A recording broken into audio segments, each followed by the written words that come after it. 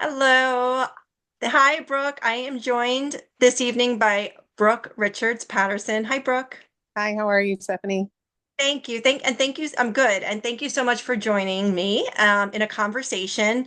I had reached out to all of the candidates to just kind of talk about, with some questions. I sent all the candidates some questions, just talking about the issues that are important to the families in our district of students with disabilities. And so I thank you so much for taking time out of your busy schedule to be here Thank and to talk to me. So the first question for you is when you hear terms like inclusion, diversity, and equity, how do you believe that students with disabilities fit into these principles in our district? And as a board member, how will you advocate for true inclusion and equity for all students?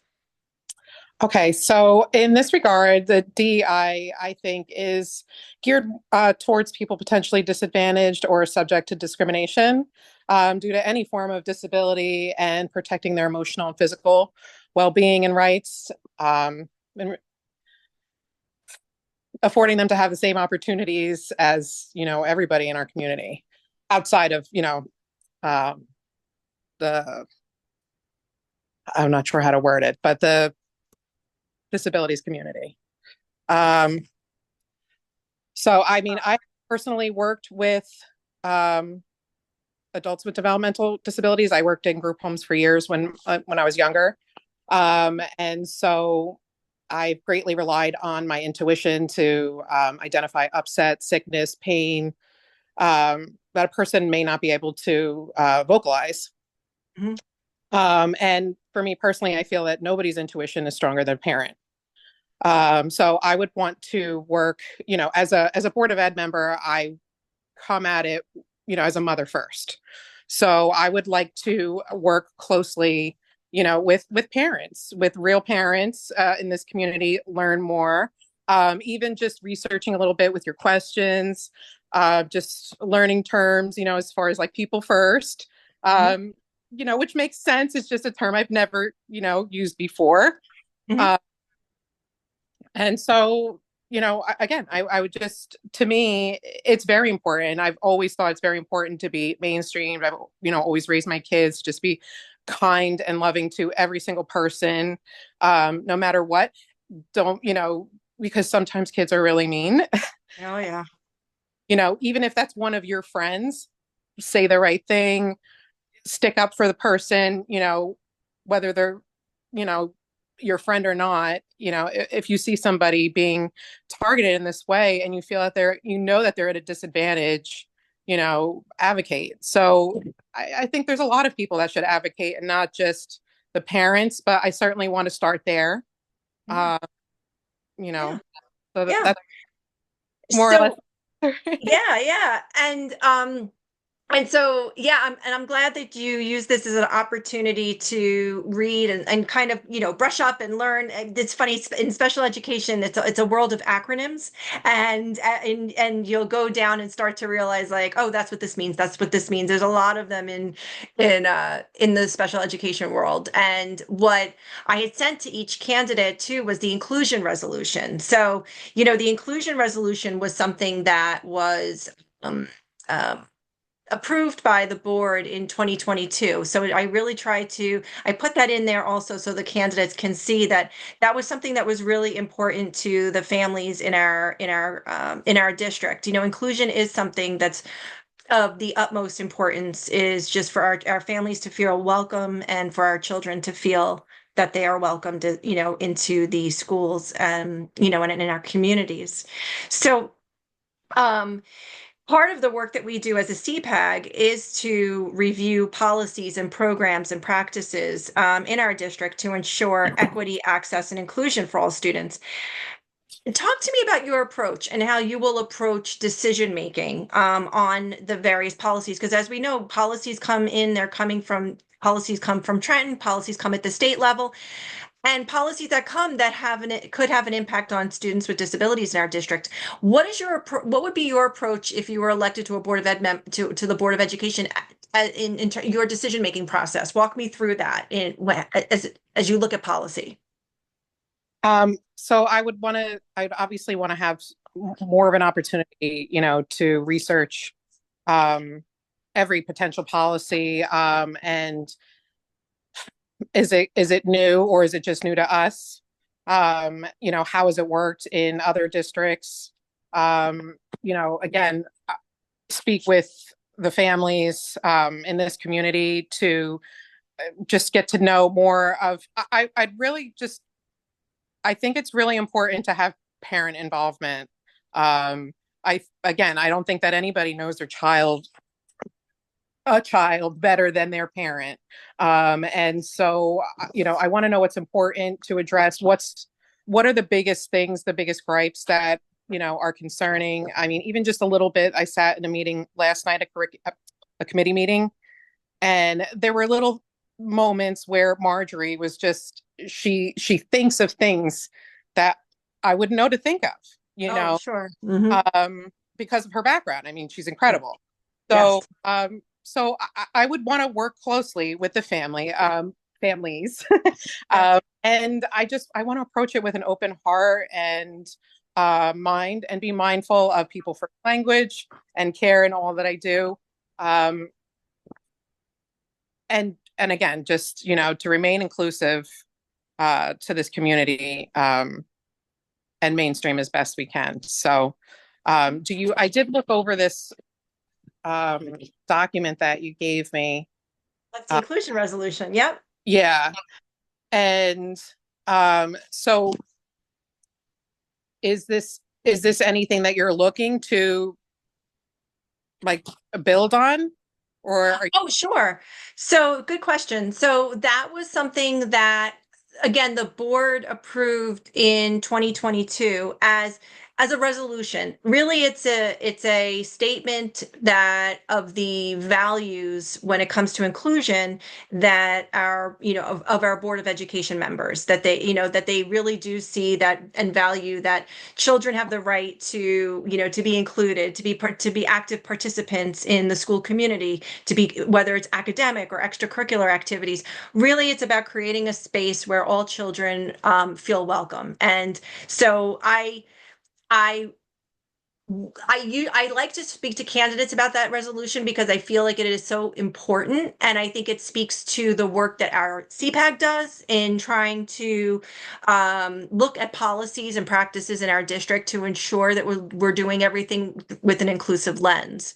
So it's there. I just always like to kind of again think about, are we doing it right? Are we, is this, are we, or do the policies, are they reflective of that resolution?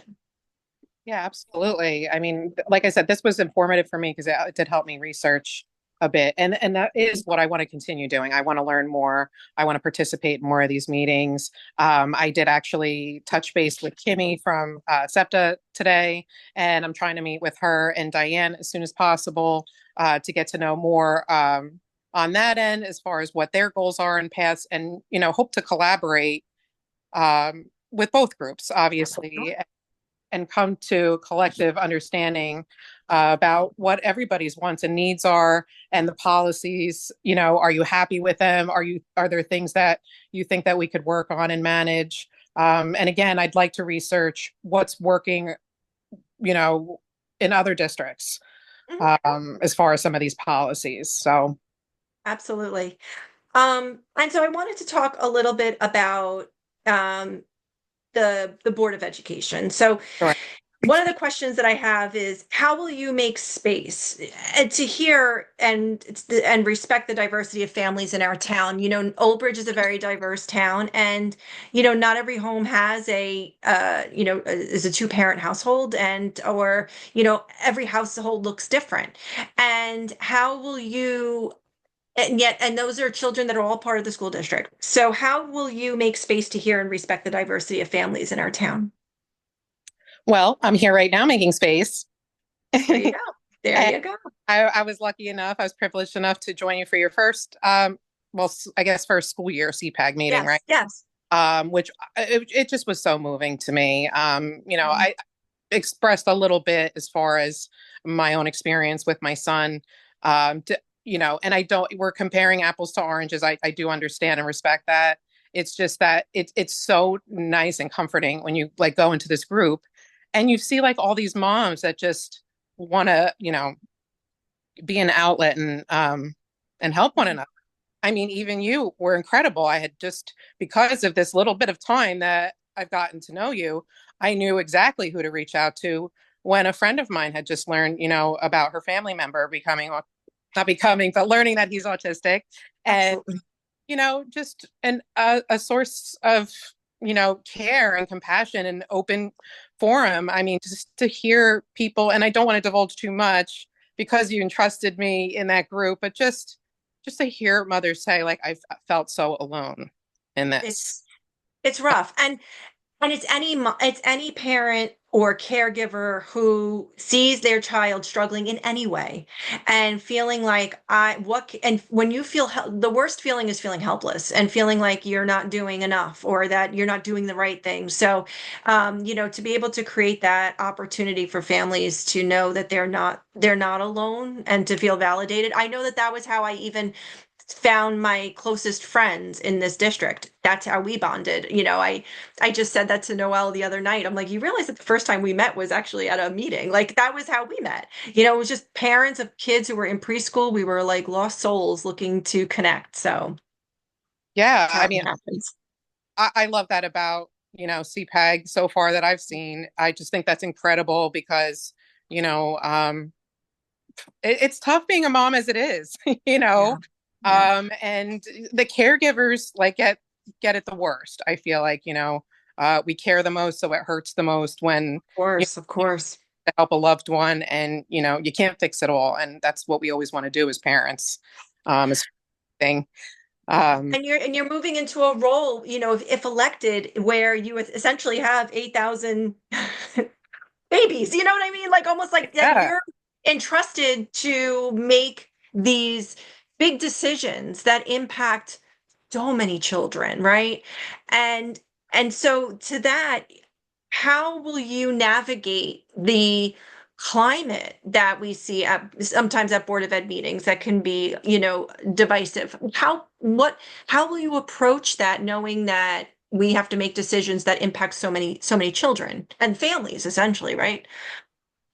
um, I mean, I'm okay with it. I think I've just from life experience, I think, I'm ready. If you had asked me this 3 years ago, I like being the mouthy parent on the other side of the podium, and being Yeah. able to say whatever I want and not having to take a sensitivity class because I don't want to be sensitive. I want to be, the mom that's Yeah. advocating.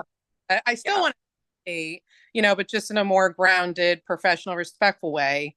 I grew up in it like a disadvantaged, family dynamic, and I kind of felt like I just wasn't um, seen.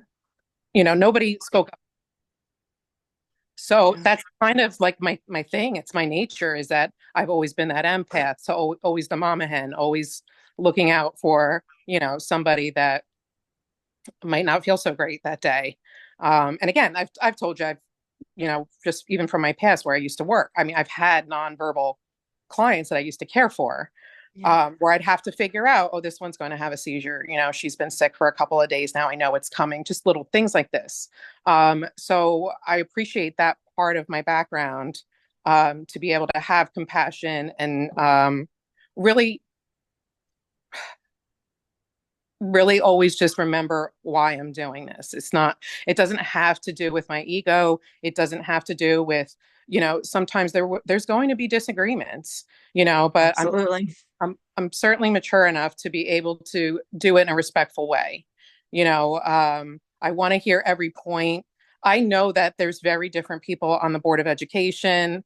I can tell. I think that, I think again, I bring up Marjorie, but I think like we're very different, but with the same like heart, and the same goal at the end of the day is to serve the community, make a difference, and help, our families as best as we can. And I think I could learn from her. I think that she could learn from me. We're different perspectives. Mhm. And that's what I look forward to as far as being on the Board of Ed. I mean, I hope that everybody can learn to be a little nicer, you know, That was I was going to ask, right, right. Yeah. you And know. is that and do you and how, you know, because it's nine different personalities, and we have only nine seats for doing a very big role, and with a lot of responsibility for, and so, you know, I'm curious to know. So you said 3 years ago you were different than you are now. So why now? Why this moment did it feel right to throw your hat in the ring? I just felt like, well, first of all, I got divorced. So that's kind of, Uh, timeline, where like a lot of inner work yeah, type of stuff, therapy type of stuff, again, I've childhood trauma type of stuff where um, I just feel very grounded now. I'm not an anxious person like I was my whole life. I don't take things personally when somebody says off-colored things to me. I think that actually says more about the person than it does about, me to get my feelings hurt. I just feel that I've grown so much as a person. And there's a lot of my friends that feel, I'm 42, and a lot of us feel like when you hit your 40s, you have this like awakening. And it's like yes. self-awareness, where you kind of just figure out what matters, what doesn't. And then, there were three spots open. As you know, there was just stuff going on. There was a scandal that went on with a member, Oh, last year or this year, right, actually this year, last school year. right. So that was happening. And um, and actually, because I'm a single parent, I was just trying to convince a couple of my mom friends, like, come on, you got to go for it. You got, because I'm already a part-time parent now that I'm divorced. I'm Right. sorry. I'm sorry. My That's dog. okay. That's Okay. okay. I'm away from my dogs and they're downstairs fighting, so it's okay. Fault, It's life, right? mom life. Yeah. But yeah, so I feel like I'm in a different mindset, a different headspace. But then just there has been controversial things been going on with what's, being attempted to be introduced to our schools by the state. I'm not upset with our Board of Ed by any means, but again, it's an awakening in a number of ways. When COVID shut, I don't know if you're the curly haired mom that used to speak up for special needs when Oh, we were that's me. down. That Yes. I didn't have time because I remember you because I mom too. And I Yeah. remember like I remember the curly hair. And I was Yeah, like, that's me. really That's me. If there's someone um speaking up, it's me. right, trying to keep the schools open. And I was that mom too. Mhm. So that period of time got me more and more involved. And then when they started introducing, this stuff that we've never heard of, it's like, Yeah. how much other stuff is there that we've never heard of? And Mhm. that big thing for me. Even I saw the bridge posted the curriculum uh PowerPoint from the other night. Mm. And after that, I talked to Mr. Citadino because I have my own concerns with my son, as you know. Right. And I said to him, I said, that meeting was so informative. And I know, I had talked to you about what's that Yep. called? Second Second street, step. second step. Yep. Like that was an incredible program I've never heard of. I could tell by your reaction you never heard of it either. I And did. I just didn't realize that it had rolled out so much. yeah, So yeah. Yeah. so, Right. so I said to him, I said, you should have all of that stuff presented on your district website and then push it out on the bridge, Yeah. because a lot of people follow the bridge. And then the next thing you know, today I saw it on the bridge. And Great. so Yes. just because I want parents to be more aware of what is going on, these types of policies that are coming in, that the state is either handing down or, potentially that we could lose programs, schools, busing, what have you.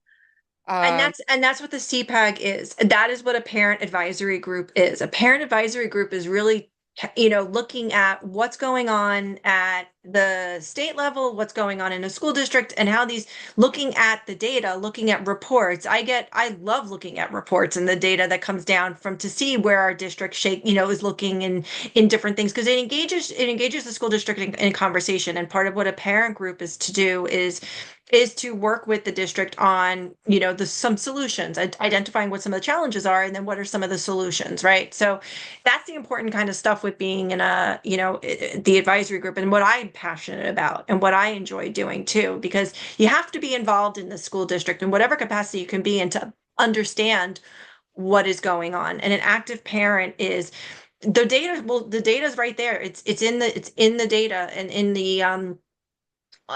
the numbers, that when a parent is actively involved in their child's education, you see a reduction in chronic absenteeism. You see an increase in their overall academic scores, their educational outcomes. It goes hand in hand. So it's really about getting parents to know the information, to find the information, and to understand it, so they could advocate for their child. Right. So, I Yeah. mean, to bring it home to your question, because I tend to go on tangents and I apologize. I know we could talk about this for hours, right? Yeah, and now I'm excited that you are the mom I thought you were. But uh, when we're talking about space, holding space, that is what I want more. I want more parent involvement. Yeah. I think the more that we make a big deal about some of these things, you see parents that didn't realize, you see them show up. I want to encourage that more and more. And just even stuff like the transportation. Oh my gosh, the buses are getting cut. There was a million parents there brainstorming, coming up with charts. And I know that's not, a huge controversial issue, but But it impacts families, and it right, impacts a lot of it's scheduling. It's parents who may have to, reduce their hours so that they could get home for their child. It has a trickle down effect on families, whether so it really does. So I totally understand that. Yeah. space. I want to be an open space. I want to be a more inclusive space to not just children, but their parents. I want more parent involvement and a say in what's going on, not just me as one of nine, collectively with other Yeah. parents with different opinions and different perspectives, you know. Yeah. So Yeah. that's take on that my long-winded. No, I totally get it. So, the last question that I had that I wanted to ask you was, on your, I was looking at all of the candidates and the kind of platform on which they're running. And, one of the things that I saw that you have here is, and, we kind of talked a little bit about this, is promote active parent inclusion in school proceedings. So I wanted to hear in your own words too, kind of what that means. It is basically what we just spoke on, is exactly that, because there were major topics since shutting down from that moment on that I have just been obsessed with these Board of Ed meetings, and and not to say that I'm not a hands-on parent, but I never was so involved with the Board of Ed matters. I think I just kind of trusted the process. And Yeah, my daughter's like this little mini genius, and we moved to this town because of the education. I mean, she was in a pre-med program, she was on the dean's by her that's freshman amazing. college. So no regrets. I'm very proud to be an Old Bridge, township resident, and that my kids are in the school system. But I've realized over time that there are things that need to be, better handled, better addressed, more inclusive, like, not, again, Yeah. not for the children, but for the families. Even just, and even some of my really good friends, when I started campaigning, like when I announced that I'm running and I started talking about certain things that have been discussed at the Board of Ed, they had no idea. You know, Mm, we're always on the go. And I touched on this on candidates night, was just like, we're so overstimulated. I mean, this is the fourth Board of Ed related thing I've done this week. after work. I'm rushing from work. I work almost 40 minutes away, so I'm like rushing home, whipping up dinner, and then running back out to something that's either at 6:30 or 7. And I get home like 9 o'clock at night. And everybody has that, whether it's sports. So I also, do that with my son. Yeah. Uh, so so that's why I felt like, I want to be more involved because I want more parents involved. I want more parents to realize there is stuff that they should be aware of. There is stuff the state's trying to introduce you might not be okay with. Mhm. If stuff is impacting us financially, let's start to do research on grants and seeing what we can do. If it means all 9 of us go to Trenton, then that's what that means. Yeah. Uh, so I want to be more involved, uh, Yeah.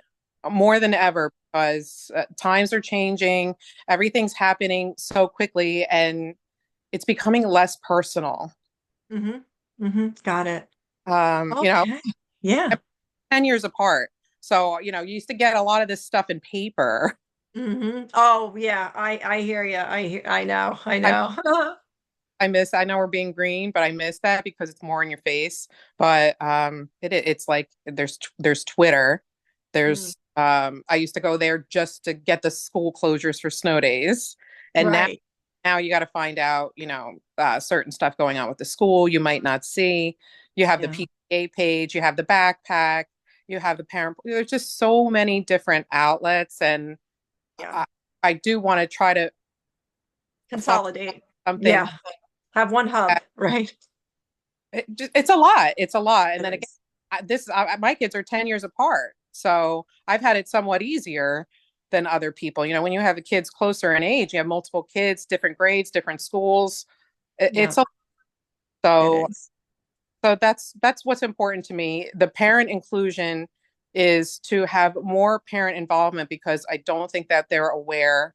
Not everybody, obviously. Sure. You know, there's a lot of people that just aren't aware of so many things. Yeah, And even like I said, the committee meetings are just incredible. I mean, they last night, really are. Yeah. so And I've mentioned that there's not, we're fortunate to be in a district where our committee meetings are open to the public. Many, that's not a common practice. So I do appreciate that we have that. From a transparency standpoint, I think it's great.